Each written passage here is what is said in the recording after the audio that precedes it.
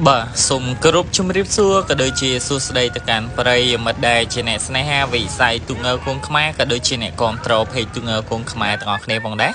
chẳng sầm rạp về tổ mới ní cứ dương một tua sne ca bạc cốt tiền pi chương rồi bỏ tụ ngơ bích thấp ở đây ba rầm mây có sầm ráo để từ ba cho mỗi năng mà chắc té cứ tụ ngơ con tận năng thấp ở đây á phục mai bông phồn tọt này chẳng ní cứ chỉ ca bạc cốt nơi một con một vót con tận năng nơi không thằng này to tại mà đòn chẳng sầm rạp ca bạc cốt không chương tim muối ní cứ tụ ngơ bích thấp ở đây ba rầm mây có sầm ráo rồi bỏ dương cứ sật thật nơi sai tật hàng cáiហើយសម្រាប់មកចាប់ផ្ទះគឺទុកងកងតំណឹងធប់đấyគឺស្ថិតនៅខ្សែទឹកខាងក្នុងណាហើយដោយដែលបងប្អូនបានដឹងហើយថានៅក្នុងជើងទី1គឺទុកងពេជ្រធប់đấyបារមីក៏សម្រងរបស់យើងគឺបានបងចាញ់ទៅលើទុកងកងតំណឹងធប់đấyហើយសម្រាប់ជើងទី2គឺទុកង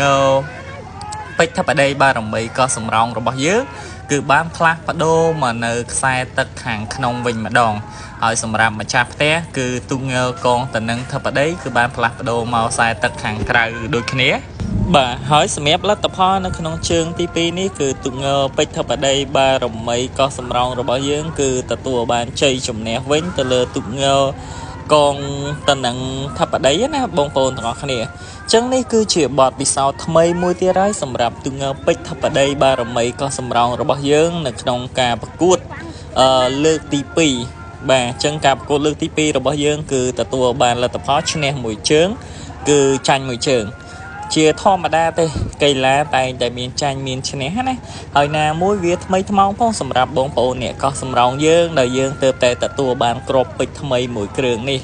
ចឹងសង្ឃឹមថាយើងនឹងព្យាយាមក្នុងការវឹកហាត់បន្តទៀតដើម្បីឲ្យទុងពេជ្រធប់đấyបារមីក៏សម្រងរបស់យើងគឺបង្កើននៅគេឈ្មោះល្បីល្បាញបន្តទៀតចឹងសម្រាប់វីដេអូមួយនេះគឺមានតែប៉ុណ្្នឹងទេអេដមីនសូមអរគុណដល់ពុកម៉ែបងប្អូនដែលបានចូលរួមទស្សនាវីដេអូនេះតាំងពីដើមរហូតដល់ចប់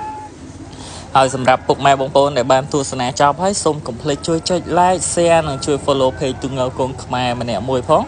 ដើម្បីទទួលបាននៅវីដេអូថ្មីៗបន្តទៀតអញ្ចឹងអេដមីនសូមអរគុណសូមជម្រាបលា